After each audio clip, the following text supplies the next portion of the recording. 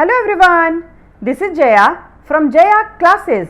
Today we will do the second chapter of class 9th book from Beehive. Okay, and the name of the chapter is The Sound of Music, written by Deborah Cowley. Okay, the story is divided into two parts. Today we will do part 1. In this story, the main character is Evelyn Glennie.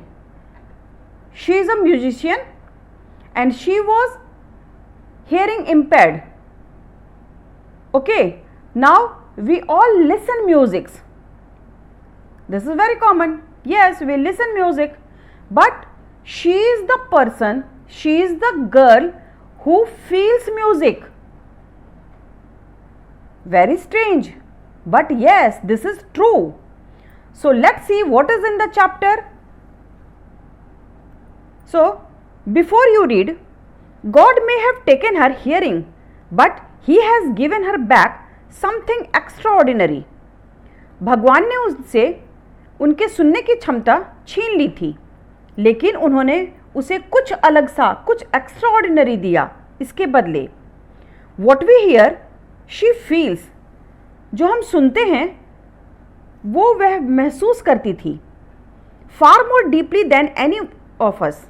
That is why she expresses music so beautifully. Read the following account of a person who fought against a physical disability and made her life a success story. इस chapter में हम पढ़ेंगे कि कैसे एक hearing impaired person एक इतना बड़ा म्यूजिशियन बना. ये कहानी एवलिन ग्लेनी की है. तो एवलिन ग्लेनी अपने इस प्रॉब्लम से कैसे बाहर निकलती है और उन्होंने जो कुछ अपने लिए सोच रखा था उसे इतनी रुकावटें होने के बाद भी वो कैसे अचीव करती है, ये हम स्टोरी में देखेंगे. Now rush hour crowds jostle for position on the underground train platform. सुबह का टाइम था, या आप कह सकते हैं जब ट्रेन आने वाला टाइम होता है तो प्लेटफॉर्म पे बहुत हलचल मच जाती है, और ट्रेन जब आती है तो लोग एक दूसरे को मीन्स हिट करते हुए, धक्का मुक्की करते हुए आगे बढ़ने की कोशिश करते हैं. ट्रेन में पहले अंदर जाना चाहते हैं सीट लेने के लिए. तो ये जो सीन है ये अंडरग्राउंड ट्रेन प्लेटफॉर्म का है. A slight girl looking younger than her 17 years. एक छोटी सी लड़की जो कि 17 ईयर्स की है लेकिन लगती है उससे वो थोड़ी सी छोटी, स्लाइट गर्ल. ओके, तो ये वहाँ पे खड़ी है and was nervous yet excited as she felt the vibrations of the approaching train. तो ये जो लड़की है ये वहाँ पे प्लेटफॉर्म पे खड़ी है और उसे ट्रेन की आने की जो मीन्स वाइब्रेशन होती है वो तो हम और आप भी फील कर सकते हैं कि पता चलता है कि हाँ ट्रेन आने वाली है, और ट्रेन बहुत स्पीड से आती है तो वाइब्रेशन ज़्यादा होता है, तो हम लोग तो सुन भी लेते हैं और थोड़ा फील भी करते हैं, लेकिन वो जो गर्ल है वो इस चीज़ को फील करती है. It was her first day at the prestigious royal academy of music in London. और वो कहाँ जा रही थी? तो उसका एडमिशन लंदन के एक प्रेस्टिजियस म्यूजिक स्कूल में हुआ था. वो वहाँ पे जा रही थी. And daunting enough for any teenager fresh from a Scottish farm. Now what is the meaning of first of all jostle? Jostle means push roughly, means एक दूसरे को जैसे धक्का मुक्की करके निकलना. Slight, slight means small and thin, कि जैसे पहले से वो जितने उम्र की थी उससे वो कम की दिखती थी. And daunting, daunting means frightening. Okay, डरी हुई. तो ये जो गर्ल थी ये जा रही थी लंदन, तो ये थोड़ी सी डरी हुई भी थी. And daunting enough for any teenager fresh from a Scottish farm. Scottish farm means she belongs to Scotland, that's why Scottish farm. But this aspiring musician faced a bigger challenge than most. She was profoundly deaf. तो ये जो girl है means Evelyn Glenny, ये London जा रही थी, Scotland से London. Scotland एक छोटा सा जगह है, छोटा सा प्लेस है, और लंदन तो बहुत बड़ा शहर है, बहुत बड़े बड़े बिल्डिंग्स और सब कुछ, मीन्स बिल्कुल डिफरेंट है, बहुत एडवांस है स्कॉटलैंड से। तो ये थोड़ी सी डरी सहमी भी थी। Now Evelyn Glennie loss of hearing had been gradual. तो ये एवलिन ग्लेनी जो थी ये बचपन से डीफ नहीं थी, मीन्स हेयरिंग इम्पेयर्ड नहीं थी, वो समय के साथ उसके सुनने की क्षमता जाती रहती है। हर mother remembers noticing something was wrong when the 8-year-old Evelyn was waiting to play the piano. तो एवलिन की जो मदर रहती हैं उन्हें ये पता कब चलता है जब एवलिन 8 years की होती हैं। तो एक बार उसकी मदर नोटिस करती है कि एवलिन पियानो प्ले करने जा रही थी, वो अपने टर्न का वेट कर रही थी, तो उसकी मदर ने उसका नाम कॉल किया, लेकिन ये क्या, एवलिन तो कोई रिस्पॉन्स ही नहीं दे रही थी। उसका नाम उसकी मम्मी बार बार बुला रही थी, लेकिन वो कुछ भी रिप्लाई नहीं कर रही थी। I suddenly realised she hadn't heard, says Isabel Glennie. तो इजबेल ग्लेने कौन है? ये एवलिन की मदर हैं। तो वो कहती हैं कि मैं उसे जब बार बार कॉल कर रही थी तो मैंने देखा कि उसका कुछ भी रिस्पॉन्स नहीं आ रहा है। For quite a while Evelyn manage to conceal her growing deafness from friends and teachers. तो एवलिन जो थी वो अपने इस बहरेपन को आप कह सकते हैं, मीन्स ये जो उसके सुनने की जो कैपेसिटी थी वो दिन पर दिन कम होती जा रही थी, तो उसको वो अपने फ्रेंड से कंसील मीन्स छिपाना, कुछ भी कंसील करना मीन्स छुपाना। तो अपने फ्रेंड सबसे और अपने मीन्स जितने भी उसके आसपास के लोग थे उससे वो उस चीज़ को वो छुपा रही थी। But by the time she was 11 her marks had deteriorated. और जब वो 11 साल की, समय ऐसी बीतता गया, और जब वो 11 साल की हुई तो उसकी ये जो मीन्स सुनने की जो कैपेसिटी थी वो दिन पर दिन मीन्स बहुत कम होते गई। और फिर जब वो 11 साल की हो गई तो उसके मार्क्स बहुत ख़राब आने लगे थे। And her headmistress urged her parents to take her to a specialist. और उसके जो हेड मिस्ट्रेस थी वो उसकी मदर को बोली कि आप इसे लेकर के एक स्पेशलिस्ट के पास जाइए।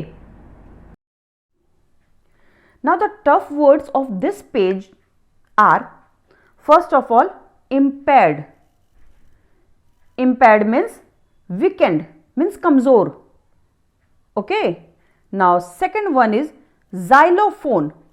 Xylophone means a musical instrument with a row of wooden bars of different lengths. Means ये एक वुडन इंस्ट्रूमेंट है जिसमें कि वुडन बार्स लगे हुए होते हैं डिफरेंट डिफरेंट लेंथ के, और मीन्स लोग इसे बजाते हैं। Now percussionist, this is percussionist, a person who plays the drum, the tabla etcetera, ये सब बजाने वाले को परक्यूशनिस्ट कहते हैं। पोटेंशियल, दिस इज क्वालिटी और ability that can be developed, किसी के अंदर कितनी पोटेंशियल है, मीन्स उसके अंदर कितनी क्वालिटी है और कैपेसिटी है। Now auditioned, auditioned means gave a short performance so that the director could decide whether she was good enough. जैसे कहते हैं ना कि इस रोल के लिए इसने ऑडिशन दिया, डांस के लिए ऑडिशन दिया, मीन्स जो फर्स्ट परफॉर्मेंस आप देते हैं सिलेक्शन के लिए, that is audition. Now intriguing, this is fascinating and curious, means कुछ भी जिज्ञासा, कुछ भी जानना। Okay, now it was then discovered that her hearing was severely impaired as a result of gradual nerve damage. तो specialist ने उसकी mother से कहा कि ये समय के साथ धीरे धीरे इसका हियरिंग जो कैपेसिटी है इसकी वो कम होती गई, और फिर ये बिल्कुल भी मीन्स अब सुन नहीं सकती है। They were advised that she should be fitted with hearing aids and sent to a school for the deaf. और फिर डॉक्टर्स ने कहा कि आप इसे ले जाइए और इसे आप एक हियरिंग एड दीजिए, मीन्स वो कान में पहनते हैं ना सुनने के लिए, तो वो दीजिए, और इसे आप डीफ के स्कूल में, नॉर्मल स्कूल में नहीं जहाँ नॉर्मल बच्चे पढ़ते हैं वहाँ नहीं, जो डीफ लोगों की जो स्कूल होती है, जो हियरिंग इम्पेयर्ड के लिए जो स्कूल होती है, आप इसे वहाँ ले जाइए। Everything suddenly looked black, says Evelyn.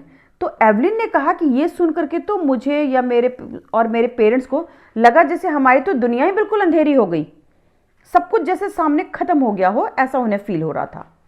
But Evelyn was not going to give up. लेकिन एवलिन निराश होने वालों में से नहीं थी। She was determined to lead a normal life and pursue her interest in music. और वो डिटरमाइंड थी कि मुझे जो करना है, मीन्स वो एक म्यूजिशियन बनना चाहती थी, वो म्यूजिक से रिलेटेड वर्क करना चाहती, तो वो डिटरमाइंड थी कि मुझे ये करना है तो करना है। Okay, now one day she noticed a girl playing a xylophone and decided that she wanted to play it to.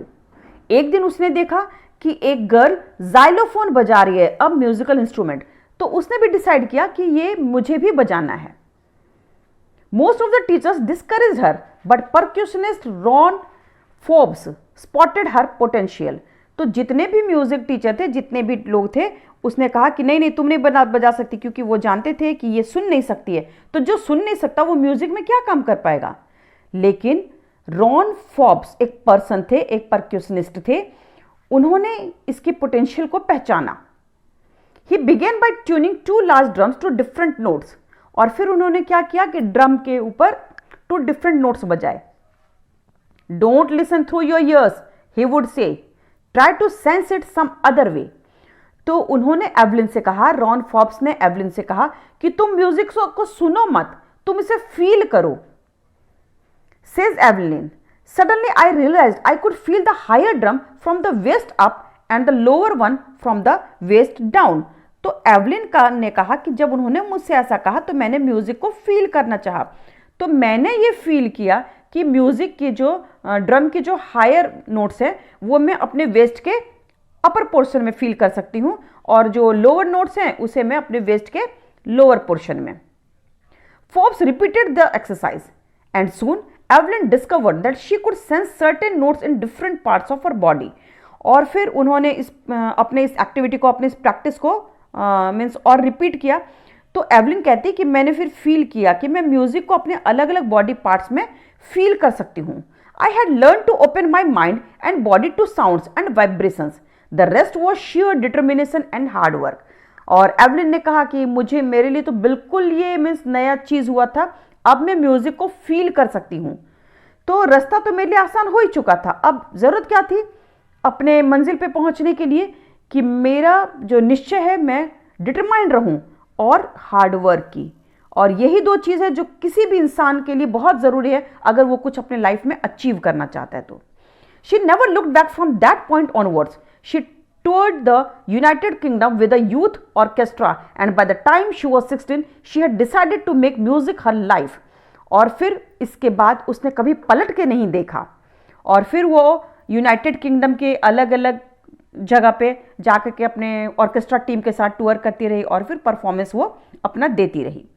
और फिर जब वो 16 की हो गई थी, she had decided to make music her life. तो उसने डिटरमाइन कर लिया था, उसने ये फैसला ले लिया था कि म्यूजिक ही उसकी लाइफ है। She audition for the royal academy of music, और फिर उसने रॉयल एकेडमी ऑफ म्यूजिक के लिए अपना ऑडिशन दिया। Now and scored one of the highest marks in the history of the academy.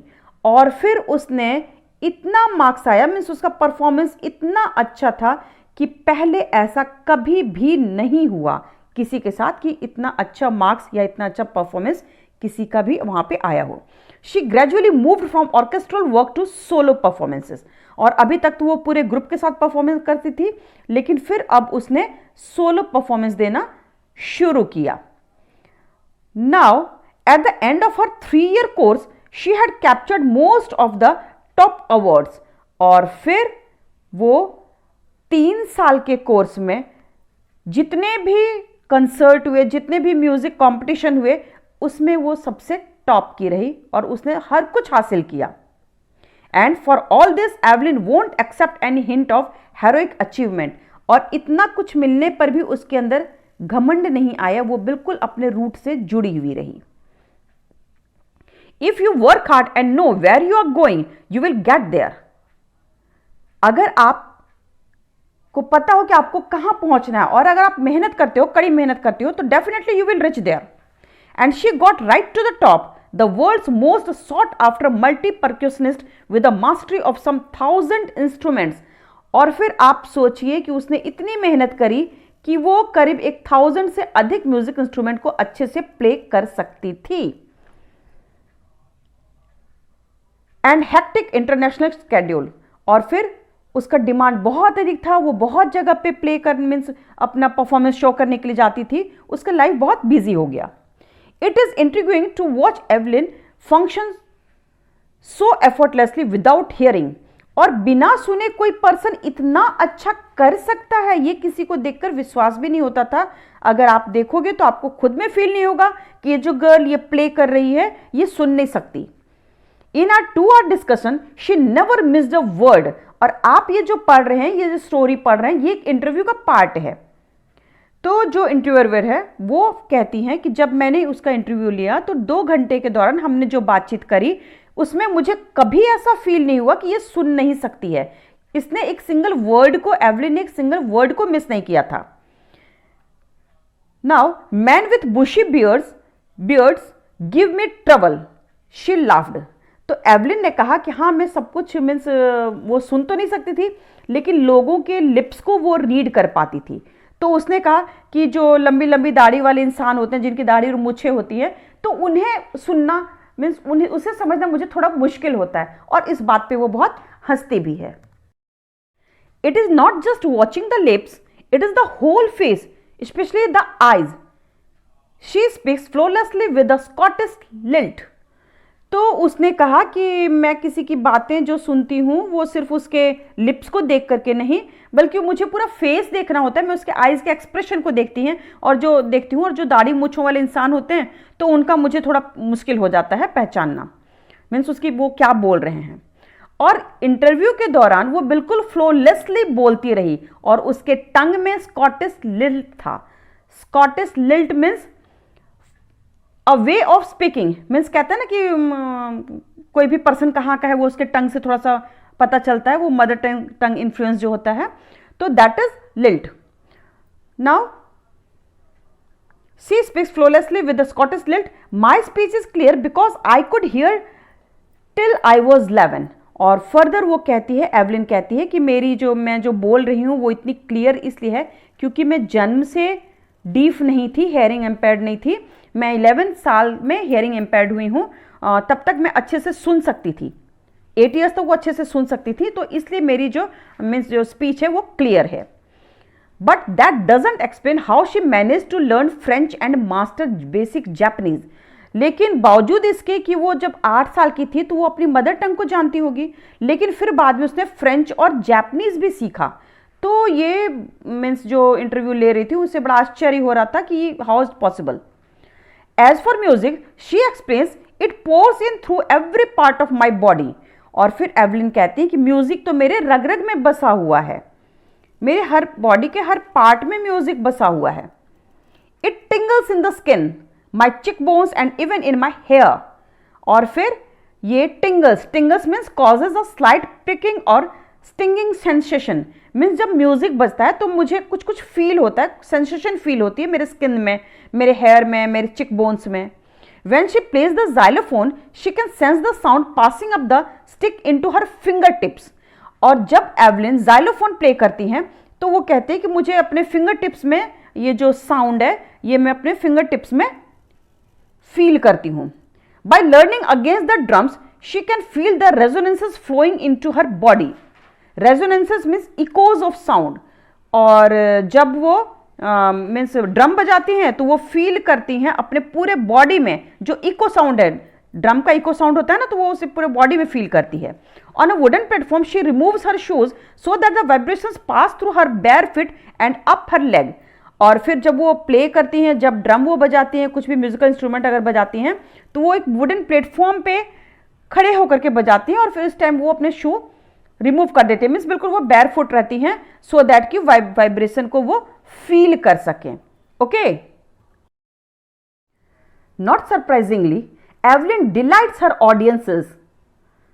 और एवलिन को देख करके बहुत आश्चर्य लगता था। एवलिन अपने ऑडियंस को मीन्स बिल्कुल खुश कर देती थी, इतना अच्छा वो म्यूजिक प्ले करती थी कि लोग देखते रह जाते थे, लोग सुनते रह जाते थे। इन 1991 she was presented with the Royal Philharmonic Society's prestigious Soloist of the Year Award, और फिर 1991 में उसे royal Philharmonic societies prestigious soloist award मिला। सेज मास्टर परक्यूशनिस्ट जेम्स ब्लेड ने बताया, ना God may have taken her hearing but he has given her back something extraordinary.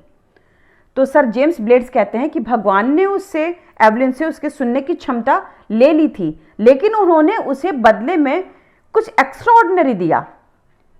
What we hear she feels, हम जो सुनते हैं वो उसे महसूस करती थी। Far more deeply than any of us, और हम जब सुनते हैं मीन्स ये ऊपर की चीज हुई, लेकिन वो अगर उस चीज को फील करती है मीन्स वो अपने पूरे तन मन से उस चीज को फील कर रही है। That is why she expresses music so beautifully, और यही वो रीजन है कि म्यूजिक को वो इतने अच्छे से ब्यूटिफुली एक्सप्रेस कर पाती है। Now Evelyn confesses that she is something of a workaholic, और फिर एवलिन कहती है कि वो एक वर्कहोलिक है। वर्कहोलिक का मीन्स होता है a person who finds it difficult to stop working, जो बिना काम किए नहीं रह सकता है। तो एवलिन अपने बारे में कहती हैं कि वो एक वर्कहोलिक हैं। I have just got to work often harder than classical musicians but the rewards are enormous. Apart from the regular concerts, Evelyn also gives free concerts in prisons and hospitals. तो Evelyn का जो schedule था वो बहुत ही tight schedule था, और फिर वो बहुत जगह परफॉर्मेंस करने, कंसर्ट करने के लिए जाती थी, लेकिन इन सब के बावजूद वो हॉस्पिटल्स में, प्रिजन्स में फ्री कंसर्ट करती थी, सो दैट कि वहाँ के लोग भी म्यूजिक इंजॉय कर पाए और उन लोग की भी लाइफ जो है वो थोड़ी बेटर हो पाए। She also gives high priority to classes for young musicians, और फिर यंग म्यूजिशियंस को प्रमोट करने के लिए भी वो बहुत कुछ करती थी। Now Anne Ricklin of the Beethoven Fund for Deaf Children says she is a shining inspiration for deaf children, और एक जो यंग मीन्स एन रिकलिन जो थे वो एक बेथोवन फंड मीन्स एक फंड बच्चों के लिए, बहरे बच्चों के लिए, डीफ चिल्ड्रन के लिए है। तो वो कहते हैं she is a shining inspiration for deaf children, कि ये डीफ चिल्ड्रन के लिए शाइनिंग इंस्पिरेशन है। मीन्स इससे जो डीफ चिल्ड्रन है उनके अंदर एक मीन्स उनके अंदर भी एक ये आएगा मीन्स व्हाट वी कॉन्फिडेंस आएगा कि हाँ if she can do why we can't, और वे बच्चे भी आगे बढ़ेंगे।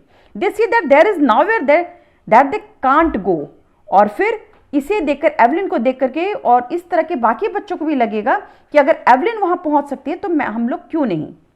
Evelyn Glennie was already accomplished more than most people twice her age, और एवलिन ग्लेनी जो थी वो मीन्स अपने आप को उन्होंने बहुत मीन्स अपने में वो वर्क की, उन्होंने अपने ऊपर वर्क किया, वो म्यूजिक के इसमें बहुत आगे गई, और फिर उनकी उम्र में या उनके जैसे उनसे बहुत आगे जो लोग थे वो भी वहां नहीं पहुंच पाए थे जहां पर एवलिन पहुंच चुकी थी।